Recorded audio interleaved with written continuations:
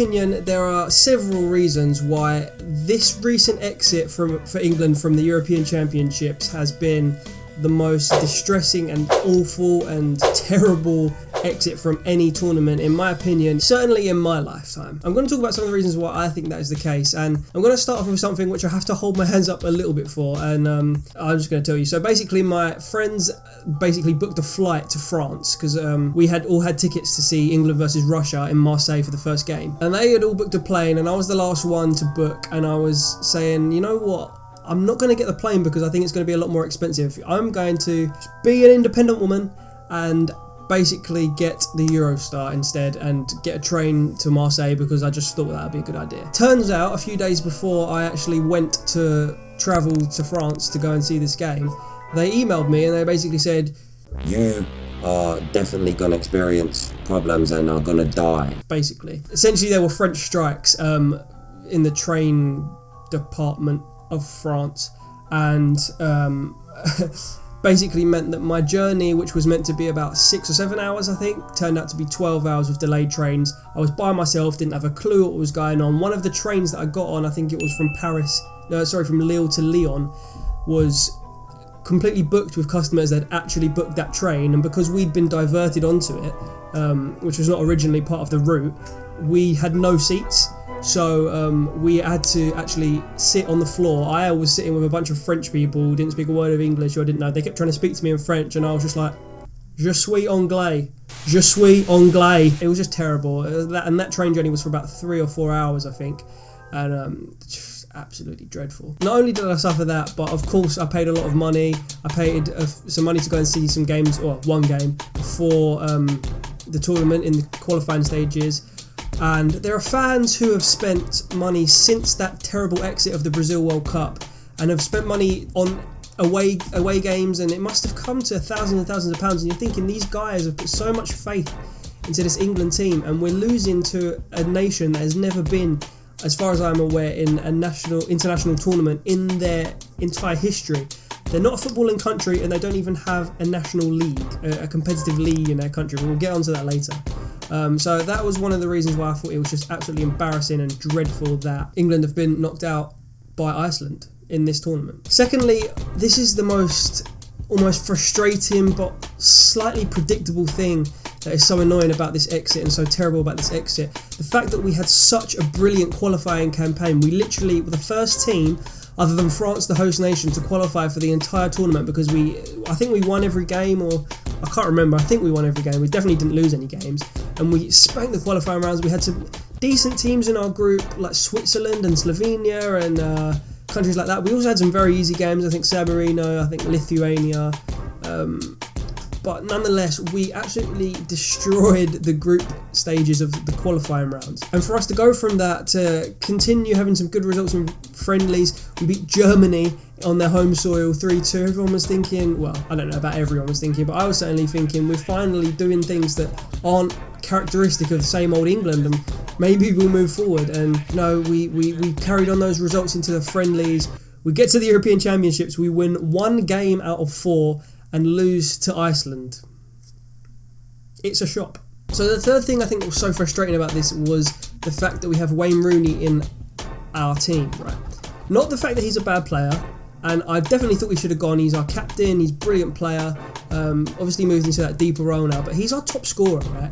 He's our top scorer. In the qualifying campaign, he became our top scorer of all time, overtaking Bobby Charlton. Bobby Charlton, I was about to say Bobby Moore. And for us to go through the qualifying stages with that record being set, and for us to then, go out in the style that we did and win 1 game in the actual tournament, it's typical, but it's just so heartbreaking. Wayne Rooney, I really do think that he's been an England great.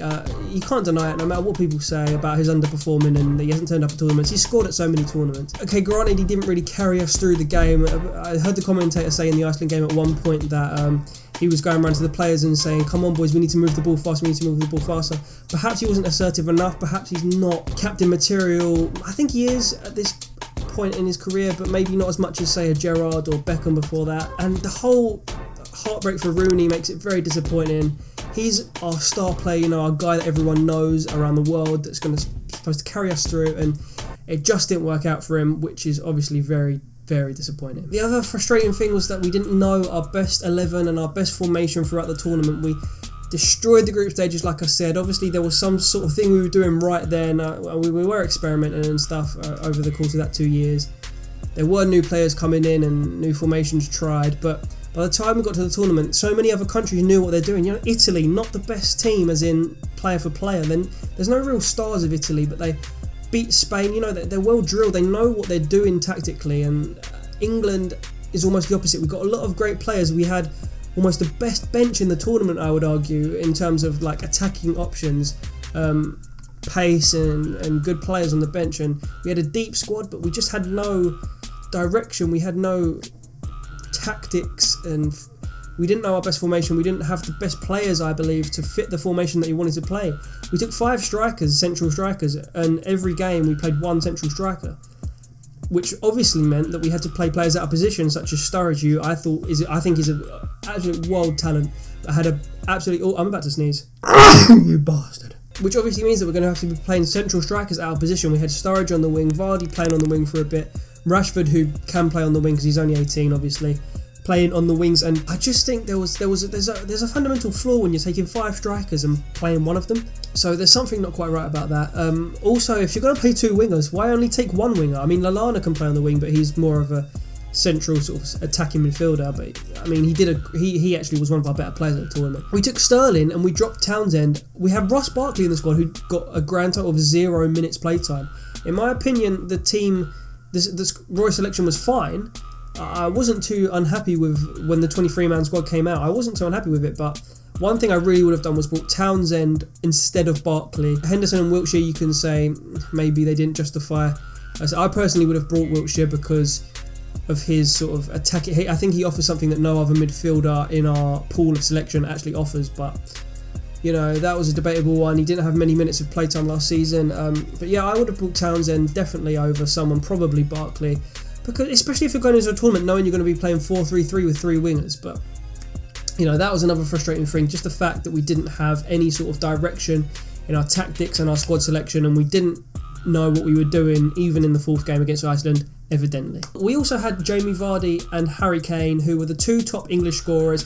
Everyone was looking at that and thinking, we've got the 2 best scorers, they've got to score goals. This is a rare thing for England to have 2 players that are in such form and setting the Premier League alight, and they've scored a combined amount of 1 goal. Between them, they've scored 1 goal. That is dreadful. I can't put my finger on it. It's just that England curse. But that is just so... It almost defies logic. And that's why I think that was another massively disappointing and difficult to take thing about our exit. And finally, just the fundamental fact that we went out of the European Championships to Iceland, right? I said I'd get onto this later. Iceland don't actually have a competitive league in their country, you know. Their best players are playing for teams like... I have to say it, I'm a Charlton fan, and Charlton are providing Iceland's top, sort of one of Iceland's best players, which is crazy considering we got relegated from the Championship, right? Not only do they not have a league, but I don't think, as far as I'm aware, they've never been in an international tournament before, let alone get to the knockout stages, let alone beat England. And I saw a couple of comments on my last video, my reaction video, where people were sort of saying, oh, why is it a surprise? Everyone knows that England are bad in tournaments, and everyone saw Iceland have a great qualifying and a great start to the tournament. And what I'd say is that okay, fair enough. That's kind of true. I suppose England did get the same amount of points as Iceland. We both got 5 points, but the key thing is that Iceland were the underdogs and they overachieved, whereas England underachieved. I mean, playing wise in the first 3 games, we achieved to our level of expectation. We played well, but we certainly underachieved in terms of points and not winning the group, and obviously losing to Iceland, we underachieved. I think that's the key thing, how frustrating it is that Iceland are just such a non-footballing nation. Granted, their fans are in dreamland right now. I said it in the last video. Well done to Iceland. I have to reiterate that. Well done to Iceland. They played brilliantly. They outplayed us on the day. I'm really happy for them, and I hope they go on to do well. And I even hope now that they go on to beat France, not only because it'll make us look a little bit better, but because I think it'll be an absolute dream for their fans. I'm thinking of Greece in 2004 and whatnot. But yeah, these have just been some of the reasons that I wanted to vent why this defeat has been the most disappointing, unexpected maybe, and just gut-wrenching exit of a tournament in my memory, certainly.